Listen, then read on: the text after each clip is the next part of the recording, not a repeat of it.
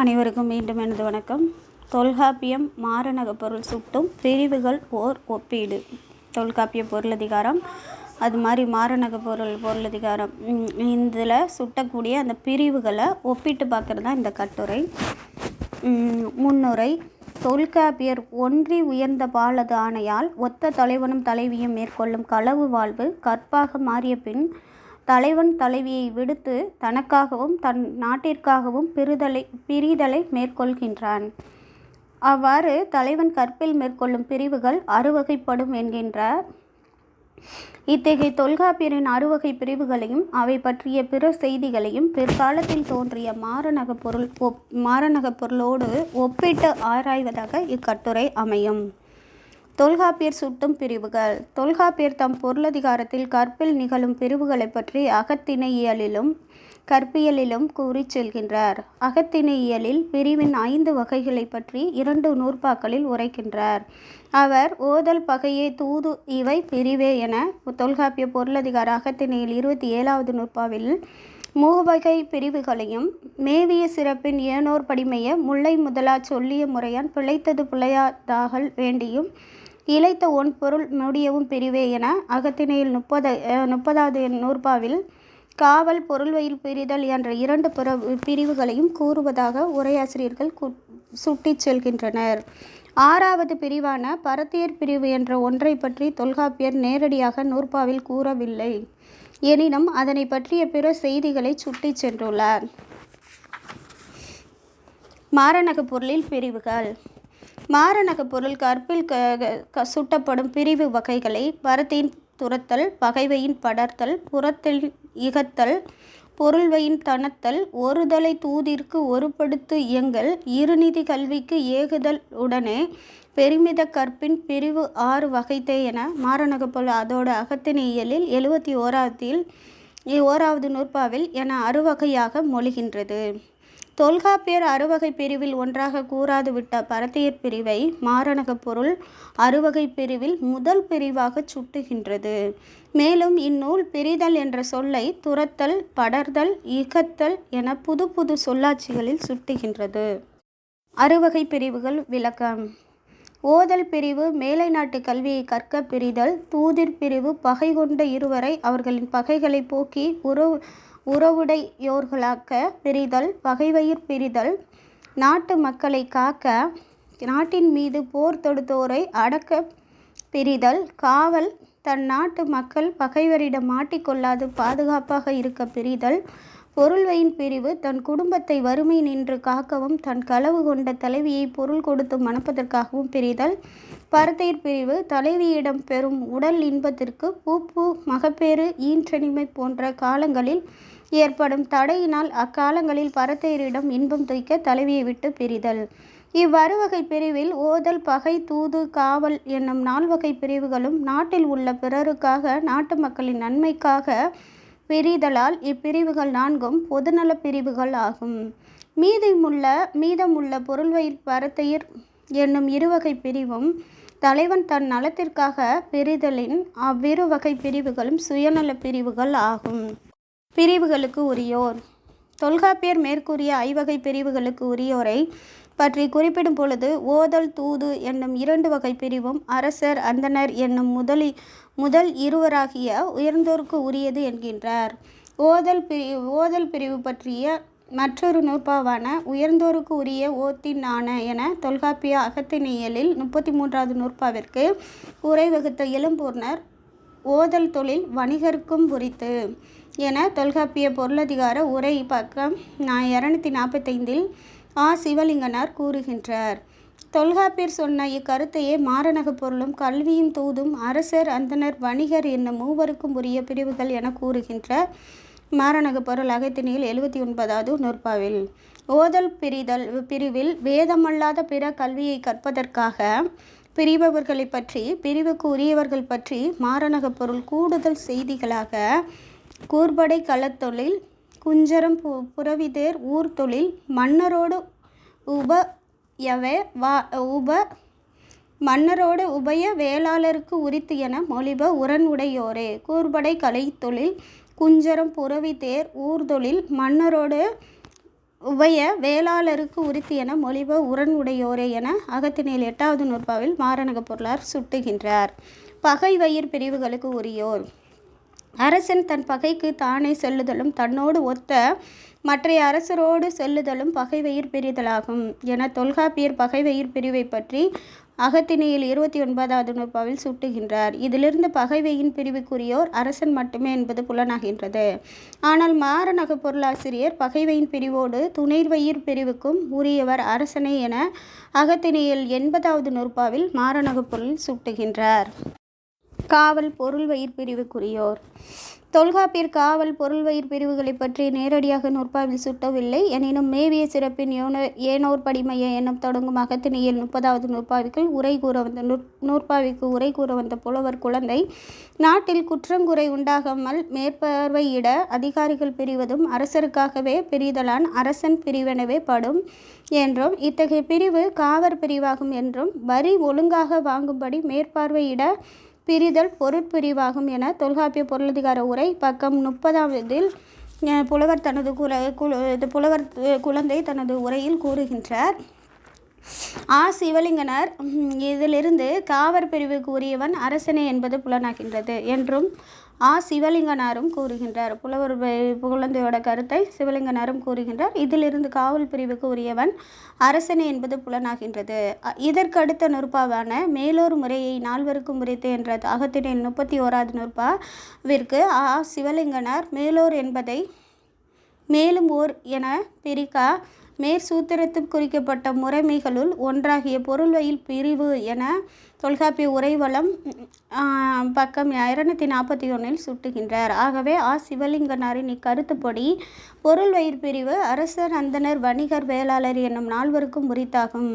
மாரணக பொருளும் தொல்காப்பியர் சுட்டிய நால்வர் வரிசை முறையில் வணிகர் அரசர் என்னும் இருவரை மட்டுமே இடமாற்றி மொழிகின்றார். ஏனெனில் வணிகரே பொருள்வயின் பிரிவுக்கு உரியவர் ஆதலால் மாரணக பொருளார் வணிகரை முதன்மைப்படுத்தி முதலில் சுட்டுகின்றார். ஆனால் தொல்காப்பியர் உயர்ந்தவர்களையே முன்னிறுத்தி கூறியுள்ளார். காவற் பிரிவுக்குரியோர். காவற் பிரிவுக்கு உரியோரை பற்றி தொல்காப்பியர் கூறும் பொழுது காவல் பிரிவிற்கு உரியோர் மன்னர் மட்டுமன்றி மன்னரது ஏவல் வழி நடக்கும் வணிகரும் வேளாளரும் உரியர் என்கின்றார். இப்பிரிவுக்கு உரியோரை பற்றி மாரணக பொருளும் தொல்காப்பியரின் கருத்தையே மொழிகின்றது.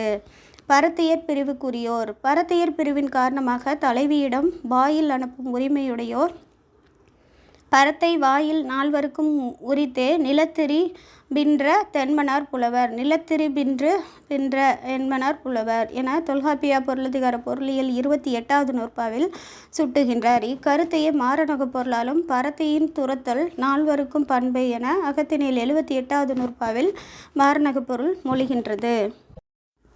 பிரிவுகளுக்குரிய ஆண்டுகள். தொல்காப்பியர் ஓதர் பிரிவுக்குரிய காலத்தை பற்றி குறிப்பிடும் பொழுது வேண்டிய கல்வியை கற்க பயிலும் பிரிவு 3 ஆண்டை தாண்டாது என்கின்றார். ஆனால் மாரணக பொருள் ஆசிரியர் கல்வி பிரிவுக்கு கால வரையறை இல்லை என கரை இறந்தனவாம் கல்வி கற்கு யாண்டும் வரையறை நிகழ்த்தார் மதியுடையோரே என மாரணக பொருள் அகத்திணையில் 106வது நூற்பாவில் மொழிகின்றார். எனினும் இப்பிரிவிற்குரிய செய்தி பற்றிய மற்றொரு நூற்பாவில் 3 ஆண்டு என்று கூறுவாரும் புலர் என அகத்திணையில் 107வது நூற்பாவிலும் என புறநடையாக தொல்காப்பியர் கருத்தையே மொழிகின்றார். தொல்காப்பியரின் வேந்துரு தொழிலே யாண்டினது அகமே ஏனை பிரிவும் அவ்வையின் நிலையும் என தொல்காப்பிய பொருளதிகார கற்பியல் 48, 49 என்ற 2 சூத்திரங்களை நோக்கும் பொழுது ஓதல் தவிர்த்த தூது, காவல், பகைதனி வினை, வேந்தர் குற்றுவலி என்ற 4 பிரிவுகளுக்கும் உரிய ஆண்டுகள் ஓராண்டு என்பது தெளிவாகின்றது. தொல்காப்பியர் பரத்தையர் பிரிவுகளுக்குரிய கால வரையறையை பற்றி கூறாததற்கு காரணம் பரத்தையர் பிரிவு ஒரு நாள் இடையிட்ட பிரிவாகையால் கூறிற்றெல்லர் என தொல்காப்பிய பொருளதிகாரம் பக்கம் 350ல் என ஒவ்வொரு பிரிவுகளுக்குரிய காலத்தை கூறும் தம் உரையில் புலவர் குழந்தை சுட்டுகின்றார். மாரணக பொருளும் தொல்காப்பியரின் இக்கருத்தையே பரத்தையர் பிரிவிற்கு பருவங்கூறார் என மாரணக பொருள் அகத்திணையில் 104வது நூற்பாவில் மொழிகின்றது. செலவழுங்குதல். தலைவியை பிரிந்து செல்லும் தலைவன் பிரிவின் போது செலவழுங்குதலும் உண்டன. செலவிடை அழுங்கல் செல்லாமை அன்றே வன்புரை குறித்த தவிர்ச்சியாகும் என தொல்காப்பிய பொருளதிகார கற்பியல் 44வது நூற்பாவில் தொல்காப்பியர் சுட்டுகின்றார். இதனை ஏற்றுக்கொண்ட மாரணக பொருளும் ஐவகை பிரிவிலும் தலைவனும் செலவழுங்குவான் என்றும் வீட்டிலும் சுரத்திலும் செலவழுங்குவான் என்றும் கூடுதல் செய்திகளை செலவழுங்குதல் பற்றி குறிப்பிடுகின்றது. பிரிவை மேற்கொள்ளும் தலைவன் தலைவியிடம் கூறாது விடுத்து சென்றாலும் தோழியிடம் கூறியே செல்வான். தலைவிக்கு குறிப்பார் உணர்த்தி தலைவன் செல்வதை தொல்குல மகட்கு தொனிபெற உணர்த்தும் என மாறுநகு பொருள் அகத்தினில் 94வது நூற்பா சுட்டுகின்றது. இவ்வாறு பிரிந்து சென்ற பின் தலைவியின் நிலையை பற்றி தலைவன் வினை செய்யும் இடத்தில் தலைவனுக்கு பிறர் உரைக்க மாட்டர் என்று தொல்காப்பியர் சுட்டியதை மாறுநகு பொருள் மனைவி தன்னிலை வினைவையின் நினையார் என மாறுநகு பொருள் அகத்தினை 98வது நூற்பாவில் சுட்டுகின்றது. தலைவன் தான் சென்ற பணி நிறைவேறும் வரை தலைவியை பற்றி நினைக்க மாட்டான் என மாற்றி தலைவன் செயலை உயர்வாக சொல்கின்றது. பின் தான் கொண்ட பணியில் வெற்றி பெற்ற பின்னே தலைவியை பற்றி தலைவனுக்கு உரைப்பர் என்ற தொல்காப்பியர் கருத்தை மாறுநகு பொருளாரும் அவ்வாறே கூறுகின்றார். அறுவகை பிரிவுகள் பற்றிய பொது செய்திகள். தொல்காப்பியர் கூறிய ஓதர் பிரிவன்றி அறுவகை பிரிவுகளிலும் அப்பிரிவுகளை சார்ந்த கூடுதல் செய்திகளை மாறுநகு பொருளார் மிகுதியாக சுட்டிச் செல்கின்றார்.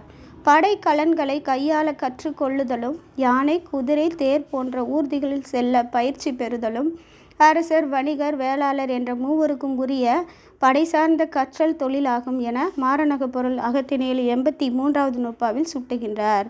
பரத்தையர் பிரிவு தவிர்ந்த காவல் முதலிய 5 பிரிவுகளிலும் தலைவன் தலைவியை பிரிந்து செல்லுதல் தொடங்கி மீண்டு வருதல் வரை போக்கு அறிவுறுத்தல், போக்கு உடன்படாமை, போக்கு உடன்படுத்தல், போக்கு உடன்படுதல், போயுளி களங்கள், வன்புறை வரும்பலி களங்கள், வந்துளி மகிழ்ச்சி என்று ஒருதலையாக உரைத்த ஒன்பானும் அருள்மலி காவல் முதலிய 5 என மாறுநகு பொருள் கற்பில் 15வது நூற்பாவில் இத்தகைய 9 நிகழ்வுகளும் நிகழும் என மாறுநகு பொருளாளர் சுட்டுகின்றார். பரத்தையர் பிரிவை முதன்மையாக சுட்டிய மாறுநகு பொருள் பரத்தையர் பிரிவை மேற்சென்ற தலைவன் தலைவியின் பூப்பின் பின் வரும் 12 நாட்களும் தலைவியை பிரியக்கூடாது என்று தொல்காப்பியர் சுட்டிய கருத்தையே உள்ளது உள்ளபடியே ஏற்றுக்கொள்கின்றார்.